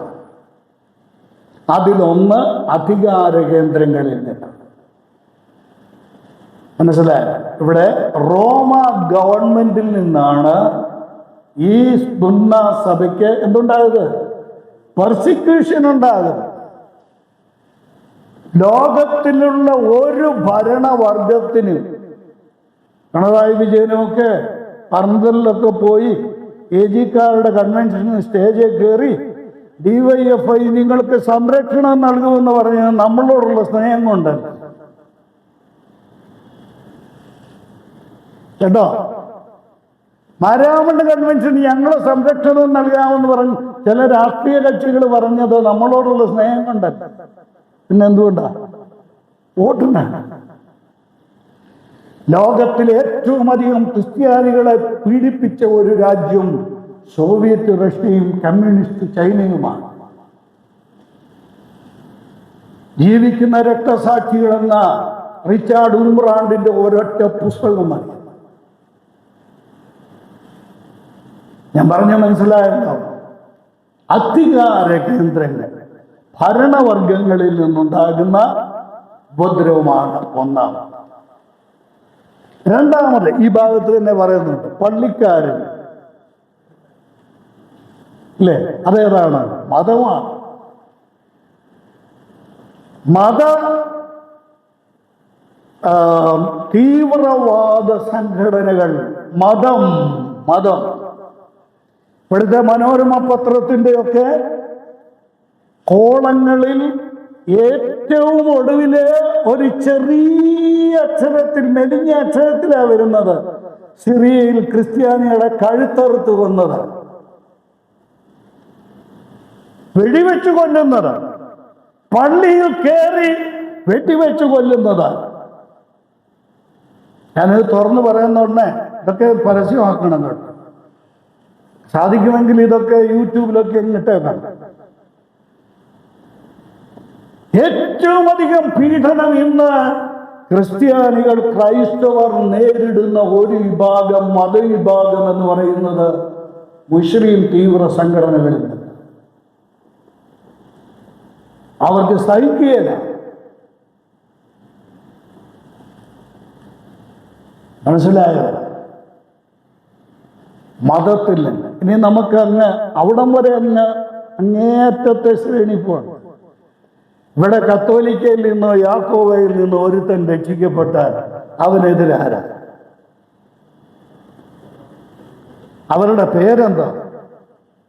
ക്രിസ്ത്യാനി എന്നാ പേര്. ആർക്കെതിരെ? ക്രിസ്ത്യാനിക്ക്. ഓർക്കണം, രണ്ടാമത് ദൈവജനത്തിന് പ്രതിബന്ധം, പ്രതികൂലം എന്നുള്ള വാക്കല്ല, പെർസിക്യൂഷൻ, പീഡനം ഉണ്ടാകുന്നത് മത രംഗത്ത് നിന്നാണ്. ഇനിയും ഞാൻ ഇപ്പോഴത്തെ കാലഘട്ടം വെച്ചാണ് മുസ്ലിം പോയത്. ഇവിടെ പറയുന്ന ആളുടെ കാര്യം ഒന്ന് നോക്കിയേ. ബുർന സഭ അനുഭവിച്ചത് ആരിൽ നിന്നാണ്? യഹൂദർ അല്ലാതിരിക്കെ, യഹൂദർ എന്ന് പറയുന്നത് നമ്മുടെ ക്രൈസ്തവ മാർഗത്തെ ഏറ്റവും അധികം പീഡിപ്പിച്ചത്, ഇന്ന് നമ്മൾ ഏറ്റവും അധികം ഇസ്രായേൽ എന്ന് നാഴികയ്ക്ക് 40 വട്ടം പറയുന്ന ആ കൂട്ടരാണ്. ഈ മാർഗത്തെ മുച്ചൂടും മുടിക്കാൻ സാധിക്കും. നമുക്ക് തിരുവഴുത്തിൽ എത്ര കൃത്യമായിട്ടാണ് പറയുന്നത്. മൂന്നാമത്, ഒന്ന് അധികാര കേന്ദ്രങ്ങൾ, ഭരണവർഗം. 2 മതത്തിൽ നിന്ന്. മൂന്നാമത് ഇവിടെ നോക്കിയേ, 10ാം വാക്യത്തിലുണ്ട്, നിങ്ങളെ പരീക്ഷിക്കേണ്ടതിന് ആരാ? പിശാച്. 3 മേഖലകളിൽ നിന്നാണ് ഒരു ദൈവവൈതലിന് ഉപദ്രവം ഉണ്ടാകുന്നത്. ഈ ഉപദ്രവം എന്നുള്ള വാക്ക് നമ്മൾ കൃത്യമായിട്ടും പഠിക്കേണ്ട വാക്കാണ് നമ്മൾ വായിക്കുന്നത്. ക്രിസ്തു യേശുവിൽ ഭക്തിയോടെ ജീവിക്കുവാൻ ആഗ്രഹിക്കുന്ന എല്ലാവർക്കും എന്തുണ്ടാകുമെന്ന? ഉപദ്രവം ഉണ്ടാകുമെന്ന. ഈ ഉപദ്രവം കഷ്ടത ഞാൻ ആ രണ്ടർത്ഥത്തിലും പറയട്ടെ. അപ്പോസ്തലന്മാരുടെ പ്രവർത്തികൾ 14:22 സഭകളെ ഉറപ്പിക്കുമ്പോൾ ബർന്നബാസ് ചെയ്ത ഒരു കാര്യം അവിടെ പറഞ്ഞിട്ടുണ്ട്. അനേകം കഷ്ടങ്ങളിലൂടെ ദൈവരാജ്യം അവകാശമാണ്. ഒന്ന്, കഷ്ടങ്ങൾ, ദൈവമക്കൾ കഷ്ടങ്ങളിലൂടെ ദൈവരാജ്യ അവകാശം. രണ്ടാമത് എന്താണ്? ക്രിസ്തുയേശുവിൽ ഭക്തിയോടെ ജീവിക്കുവാൻ ആഗ്രഹിക്കുന്നവർക്ക് എല്ലാവർക്കും എന്തുണ്ടാകും? ഉപദ്രവം അഥവാ പെർസിക്യൂഷൻ. ഇത് രണ്ടും ഒരു ദൈവവൈതലിനുള്ളതാണ്. ഞാൻ ഇനിയും എന്തുകൊണ്ടാണ് ക്രിസ്ത്യാനി പീഡിപ്പിക്കപ്പെടുന്നത്? ക്രിസ്ത്യാനി എന്നുള്ള വാക്ക് വിട്ടിട്ട് മറ്റൊരു വാക്ക് പറഞ്ഞാൽ സഭ പീഡിപ്പിക്കപ്പെടും. ഇവിടെ സഭയാണല്ലോ, സ്മൃത എന്ന് പറയുന്നതാ സഭയാണല്ലോ. എന്തുകൊണ്ട് സഭ പീഡിപ്പിക്കപ്പെടും? ഞാനും ചിന്തിച്ചിട്ടുള്ളതാണ്, നമ്മളൊക്കെ ചിന്തിക്കുന്ന കാര്യങ്ങളാണ്. ചിന്തിക്കണം കേട്ടോ, ഒരുപാട് ചിന്തിക്കണം, ഒരുപാട് ധ്യാനിക്കണം. നമ്മൾ ആരെങ്കിലും ഇവിടെ ഇരിക്കുന്ന വിശ്വാസികളായിട്ടുള്ള, വരാത്തവരെ കുറിച്ചൊന്നും പറയാൻ പറ്റിയല്ലോ. ഇപ്പൊ വന്നിരിക്കുന്നവരോട് നമ്മൾ ആർക്കെങ്കിലും ഒരു ദ്രോഹം ചെയ്യണ്ട.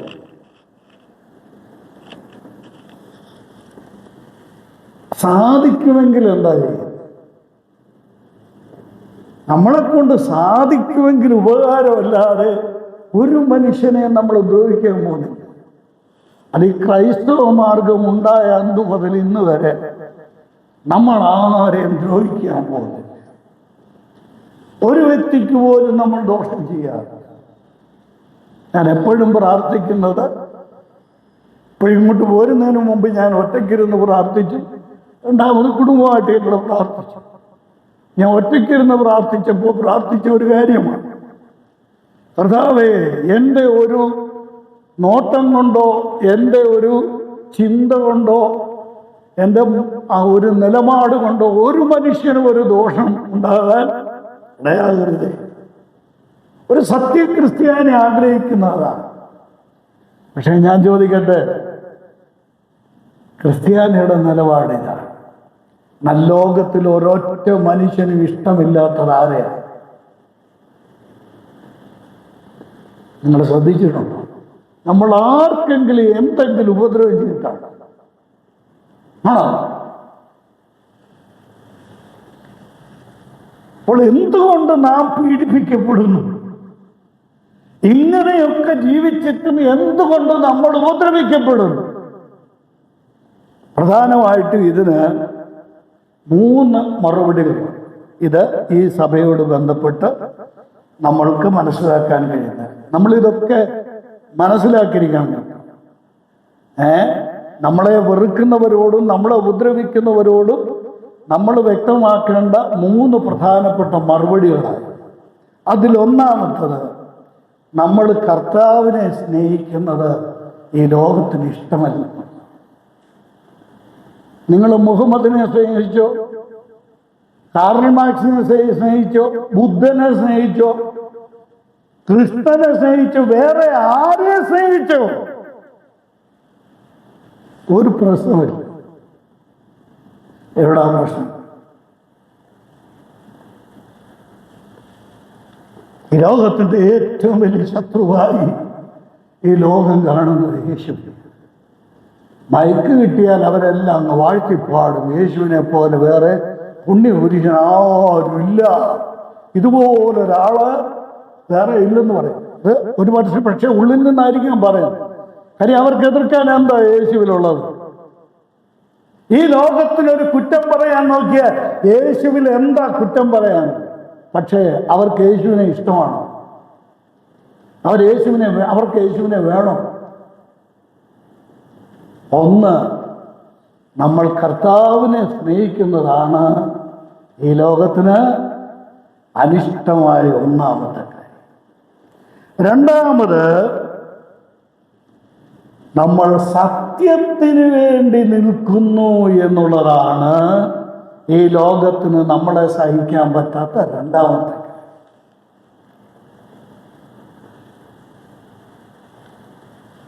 കേൾക്കുന്നുണ്ടല്ലോ അല്ലേ? നമ്മൾ ഈ പറയുന്നതിനകത്ത് എന്തെങ്കിലും ഒരു വ്യാജമുണ്ട്, ഒരു നുണയുണ്ട്, ഒരു കള്ളമുണ്ട്.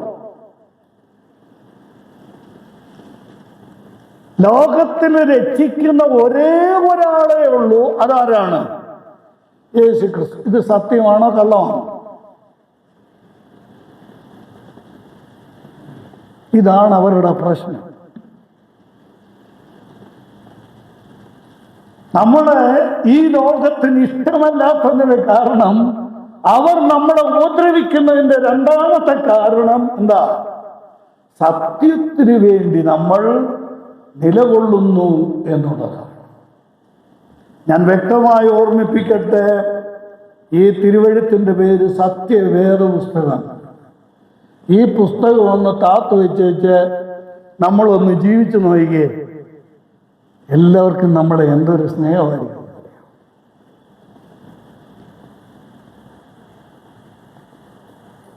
മനസ്സിലാക്കാം. മൂന്നാമത്, സാക്ഷിക്കുന്ന സഭയ്ക്ക് ഉപദ്രവമുണ്ടാകും. ഈ സ്മൃത സഭയെ സംബന്ധിച്ച് നമ്മൾ ഇവിടെ അത് കൃത്യം സാക്ഷിക്കുന്നു എന്നുള്ള വാക്കില്ല എങ്കിലും, ഈ സഭ അവരറിഞ്ഞ സത്യം ലോകത്തോട് വിളിച്ചു പറയാൻ അവര് തയ്യാറായി. ഞാൻ വേഗം ഈ മൂന്ന് കാര്യങ്ങളോട് ചേർത്ത്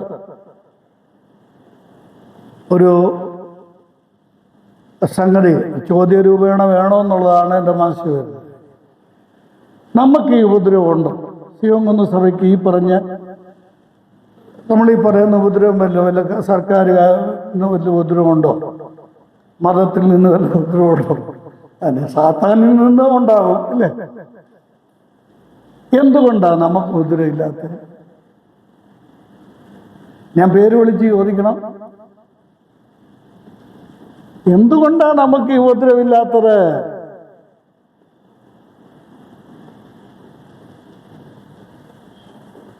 ഉണ്ടല്ലോ, എനിക്കറിയാം. ഉത്തരവില്ലാത്തത് കൊണ്ടുമല്ല. ആണോ? ഈ ഉപദ്രവമില്ലാത്തതിന്റെ കാരണം എന്താണെന്നറിയാം? സംഭവം ചെയ്യാത്ത. ഞാനൊരു വാക്ക് പറഞ്ഞാൽ നമ്മൾ കോംപ്രമൈസിന് തയ്യാറായി എന്നുള്ളതാണ്.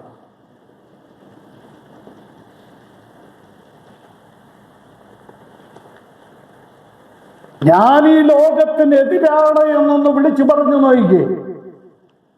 ഞാൻ പാപത്തിനെതിരാണെന്നൊന്ന് വിളിച്ചു പറഞ്ഞു നോക്കിക്കേ. ഞാൻ യേശുവിന്റെ പക്ഷത്താണ് എന്ന് തൊണ്ട കീറി ഒന്ന് വിളിച്ചു പറഞ്ഞു നോക്കിക്കേ. ലോകം എതിർക്കുമോ ഇല്ലയോ എന്ന് അപ്പം കാണും.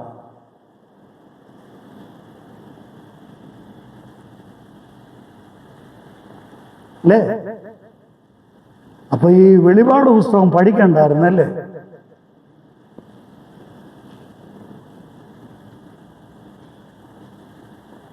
എൻ്റെ പ്രിയമുള്ള സഹോദരന്മാരെ, സഹോദരി, ഇന്നത്തെ സഭയ്ക്ക് പീഡനമില്ലെങ്കിൽ കാതലായ എന്തോ കുഴപ്പം സംഭവിച്ചിട്ടുണ്ട്. സഭയായി നിന്നാൽ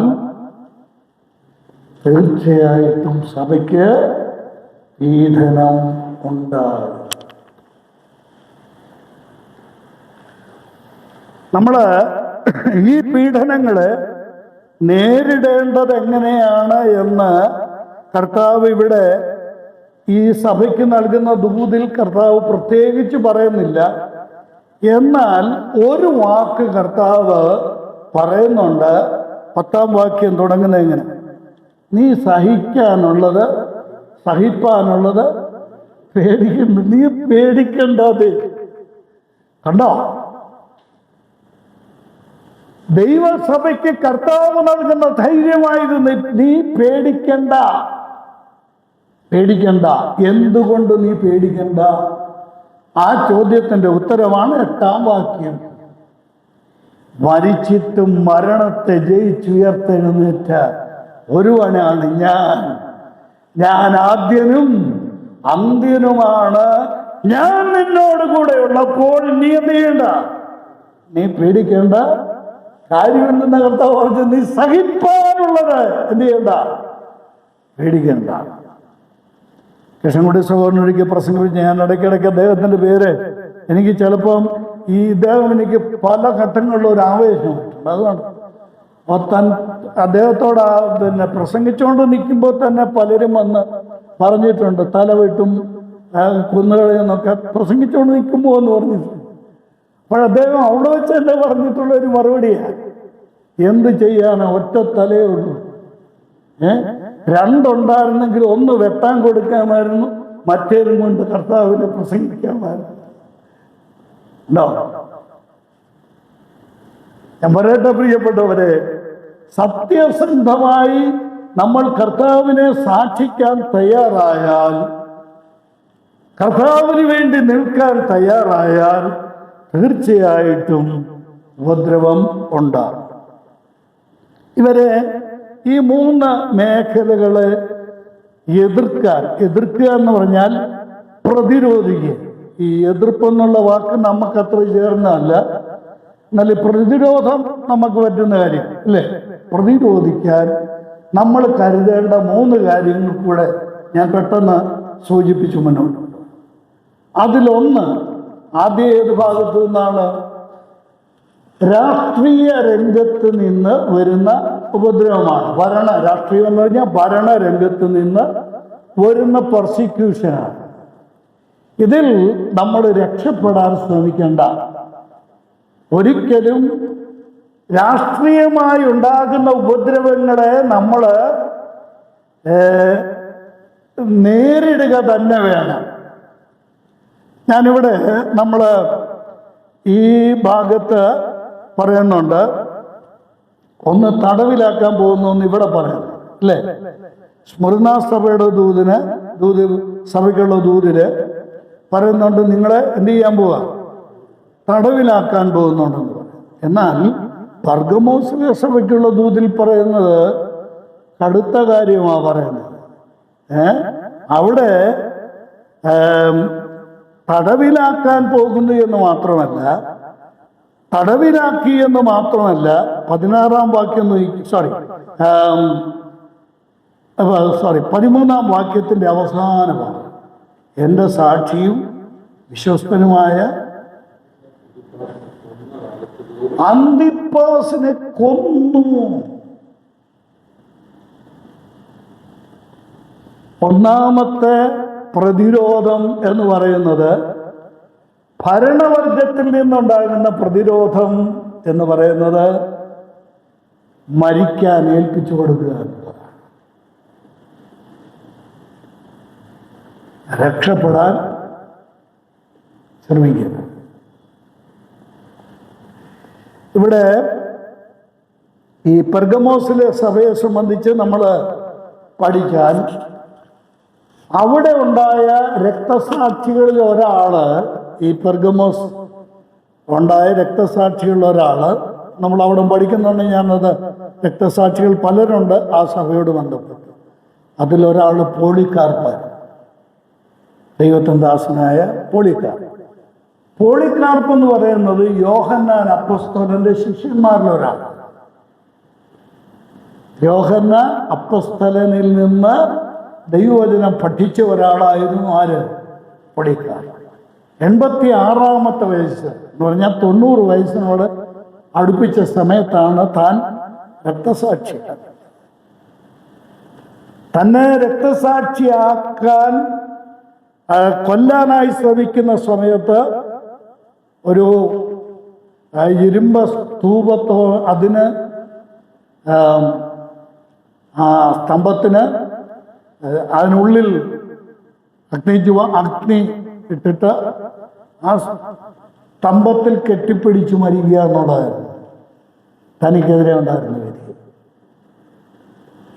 ഓടിക്കാർ ചിന്തിച്ചു നോക്കി, എങ്ങനായിരിക്കും മരിക്കുന്നത്?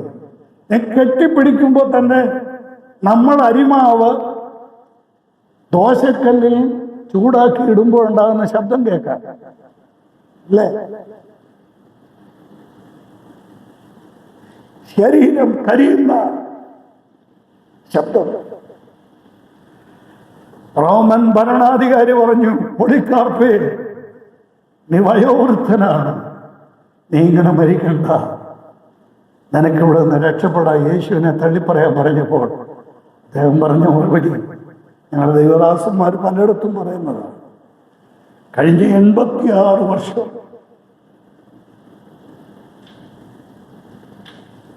എന്നോട് വിശ്വസ്തനായിരുന്ന എൻ്റെ കർത്താവിനെ തള്ളിപ്പറഞ്ഞു, എനിക്ക് ജീവിതം വേണ്ട.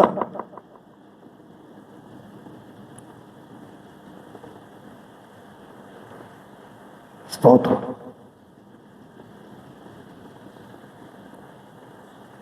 രക്തസാക്ഷിത്വമെങ്കിൽ രക്തസാക്ഷിത്വം. നിങ്ങൾ ഓർക്കുന്നുണ്ടായിരിക്കും, മാരാമണ്ണ് കൺവെൻഷന് വന്നായിരുന്നു റിച്ചാർഡ് ഉംബ്രാൻ. അദ്ദേഹം അവിടെ തൻ്റെ കോട്ടൂരി പ്രദർശിപ്പിച്ചു. തൻ്റെ ശരീരം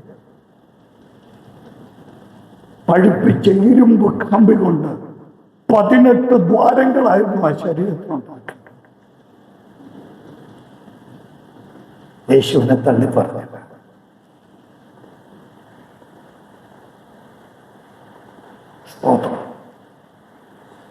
ധീരമായൊരു നിലപാട്.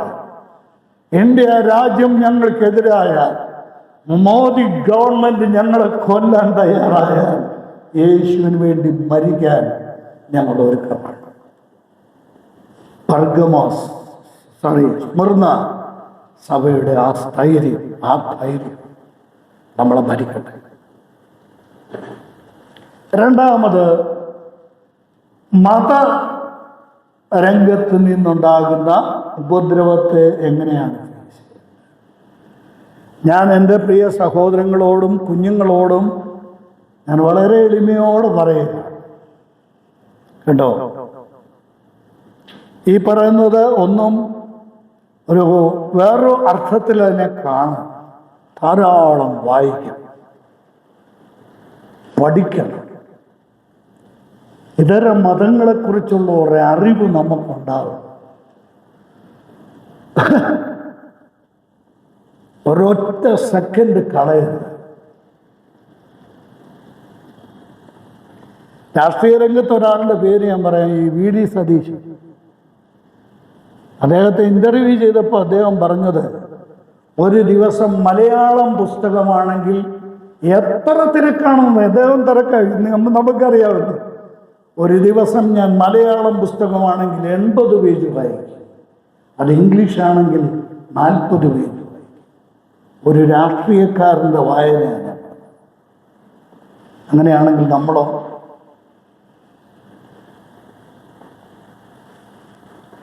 നമ്മൾക്ക് മറ്റുള്ളവരെ എതിർക്കുകയല്ല, മറ്റുള്ളവർ പറയുന്ന പല കാര്യങ്ങളെയും പ്രതിരോധിക്കണമെങ്കിൽ അതിലെ അറിവില്ലെങ്കിൽ ഒരിക്കലും സാധിക്കില്ല. അതുകൊണ്ടാണ് തീമോഥെയോസിനോട് പൗലോസ് പറഞ്ഞത്, ഞാൻ വരുന്നിടം വരെ നീ എന്താ ചെയ്യണം?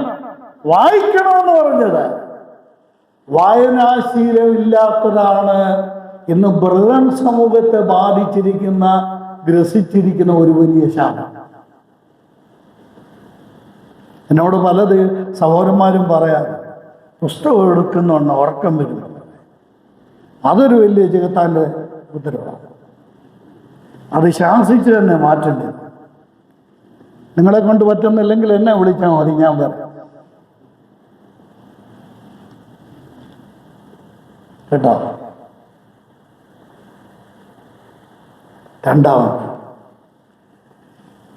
മൂന്നാമത് സാക്ഷിക്കുന്ന സഭ അല്ലേ? മൂന്നാമതുണ്ടാകുന്ന എതിർപ്പ് എവിടെ നിന്നാണ്? പിശാച്. ഒറ്റ വാചകത്തിൽ പറഞ്ഞാൽ ദൈവസന്നിധിയിൽ ഞാൻ തെറ്റാണ് ചെയ്യുന്നതെന്നുള്ള കുറ്റബോധം എനിക്ക്. വിശുദ്ധ ജീവിതമാണ് പിശാചിനെ എതിർക്കാനുള്ള ഏറ്റവും വലിയ പ്രതിരോധ ശക്തി. വിശുദ്ധ ജീവിതം.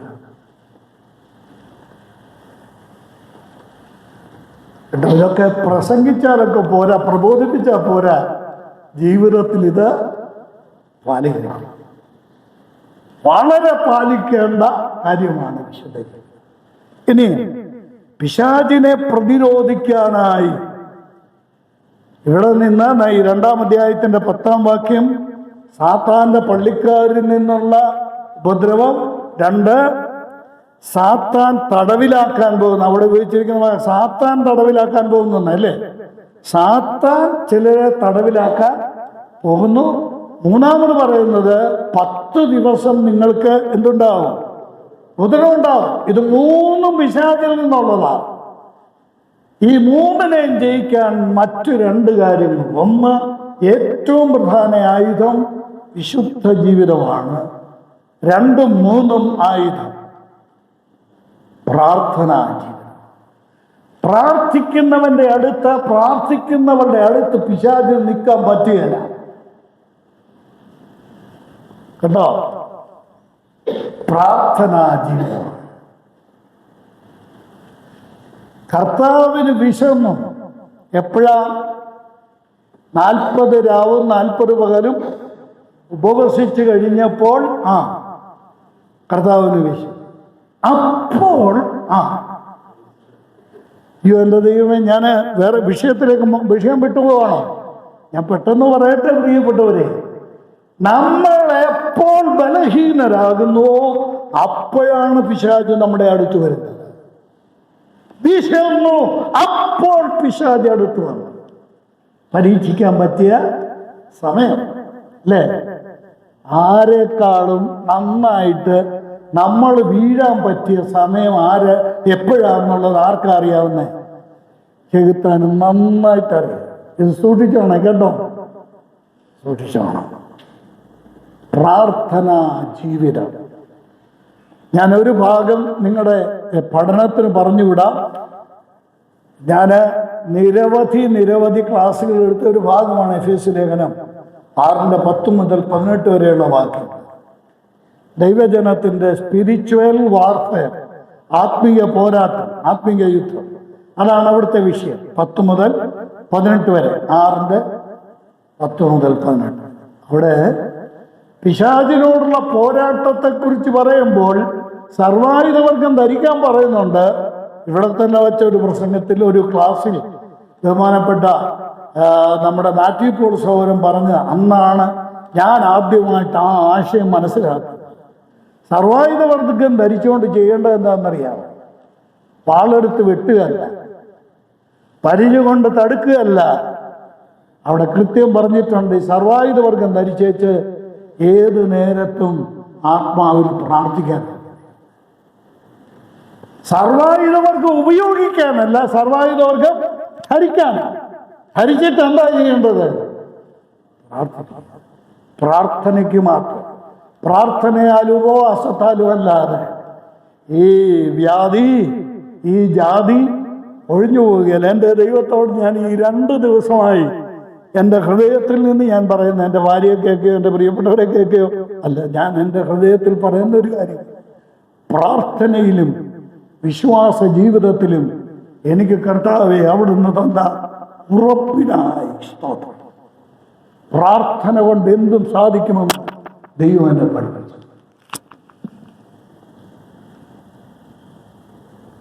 ഒന്ന് വിശുദ്ധ ജീവിതം, 2 പ്രാർത്ഥന, 3-ാമത് ഒന്നുകൂടെ ഉണ്ട്. എന്താ? ആത്മാവിൻ്റെ വാൾ, എരിവായ്ത്തല വാൾ, മൂർച്ചയേറിയ വാൾ. എബ്രായർ 4:12, 4:12. എന്താ? ദൈവത്തിൻ്റെ വചനം. യേശു കർത്താവ് പിശാചിനെ ജയിച്ചു. പരീക്ഷയെക്കുറിച്ച് നമ്മൾ പറഞ്ഞു. പിശാചിനെ ജയിച്ചത് എങ്ങനെയാണെന്നറിയാമോ? തരാം. എന്താ? വചനം. ആവർത്തന പുസ്തകത്തിലെ വാക്യങ്ങളാണ്. വാക്യങ്ങൾ പറയും.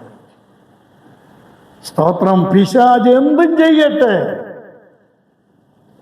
നമ്മളെ ഉപദ്രവിക്കട്ടെ, നമ്മളെ പരീക്ഷിക്കട്ടെ, നമ്മളെ തടവിലാക്കട്ടെ, നമ്മൾക്ക് 10 ദിവസം എന്താ ഉപദ്രവം ഉണ്ടാക്കട്ടെ. എന്നാൽ നമ്മൾ ഒരു വിശ്വാസിയുടെ നിലവാരം കാത്താൽ നമ്മൾക്ക് സാത്താനെ ജയിക്കാൻ സാധിക്കും. ജയിക്കുന്നവർക്കുള്ള അവകാശമൊക്കെ നമുക്ക് പിന്നാലെ ചിന്തിക്കാം. കർത്താവ് നമ്മെ ഈ വചനങ്ങളാൽ അനുഗ്രഹിക്കട്ടെ. സമയം പറഞ്ഞതിലും മുന്നോട്ട് പോയി ക്ഷമിക്കും.